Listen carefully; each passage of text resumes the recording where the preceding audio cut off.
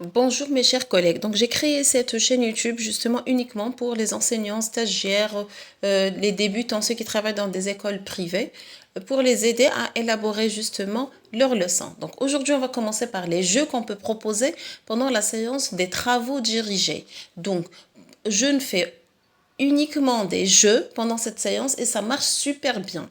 Donc le premier jeu s'appelle le jeu de la bombe. C'est le jeu de la bombe.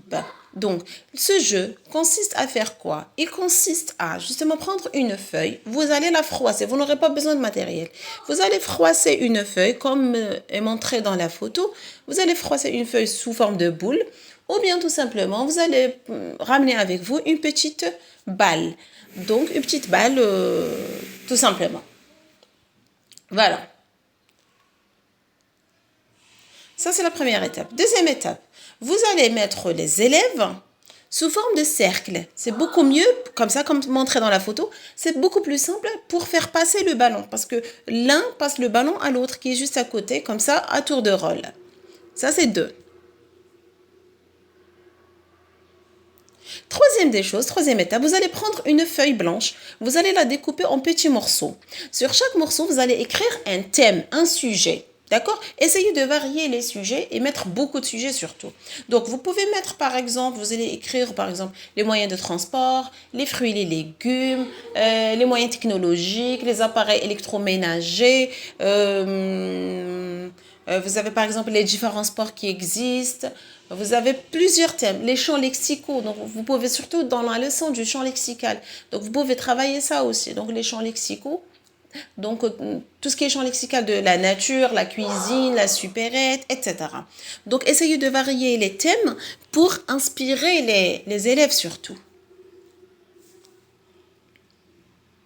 Donc, je récapitule. Vous avez déjà votre balle. Vous avez déjà les élèves sous forme de cercle et on a déjà les bouts de papier sur lesquels, on va les mettre sur la table, sur lesquels sont écrits déjà les thèmes. Donc, on va commencer directement le jeu. Le jeu consiste à faire quoi? Le premier qui tient la balle dans sa main, il va puiser les thèmes, il va prendre un thème, il va ouvrir la feuille, il va lire le thème à ses camarades. Le professeur va donner aux élèves 2 minutes de réflexion. Sauf que les élèves ne doivent pas écrire. Donc, ils doivent juste réfléchir à ce thème-là. Par exemple, les moyens de transport, ils vont se dire l'avion, le bateau, etc.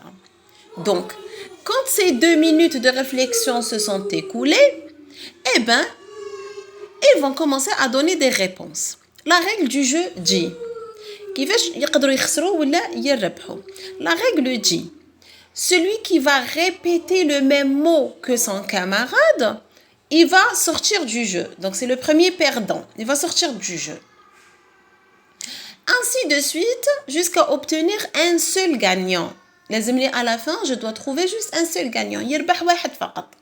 Donc, celui qui répète, il va sortir. Celui qui répète ou celui qui n'a pas de réponse, par exemple, il dit « Je donne ma langue au chat ». Je donne ma langue au chat. Ça veut dire qu'il n'a pas de réponse. Il va sortir jusqu'à obtenir un seul gagnant. Et on va faire à tour de rôle. Donc, on va puiser encore dans les thèmes et on va encore une fois travailler autre chose. Sinon, on peut faire ça avec un chronomètre. Par exemple, le prof dit, vous aurez 2 minutes 30. Vous allez donner des réponses. Tout le monde donne des réponses. D'accord? Jusqu'à ce que le chronomètre sonne.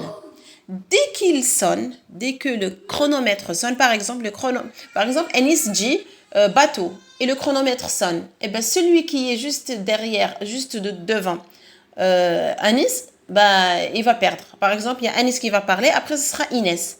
Donc, Anis, il dit bateau et ça sonne. Inès est la perdante. Donc là, c'est un coup de chance, si vous voulez. Avec le chronomètre, ça sera une chance, genre un coup de chance. Donc, voilà. Par contre, autre chose, avec, voilà, celui qui n'a pas de réponse, il perd. Ou là, celui qui répète, là, c'est pas de la chance du tout. Mais je vous jure que c'est un jeu qui marche mais à merveille. Vous pouvez le faire avec les 4e, 5e années primaires, avec les collégiens et avec les lycéens. Pourquoi pas? C'est très intéressant. on va enrichir leur vocabulaire, ils vont aimer la matière et ça ne sera pas un TD avec une batterie d'exercices où ils s'ennuient, etc. Donc, essayez de faire ça et je vais vous proposer à chaque fois des jeux intéressants comme ça que je fais moi en classe et que ça marche vraiment du tonnerre. Ça marche très très bien.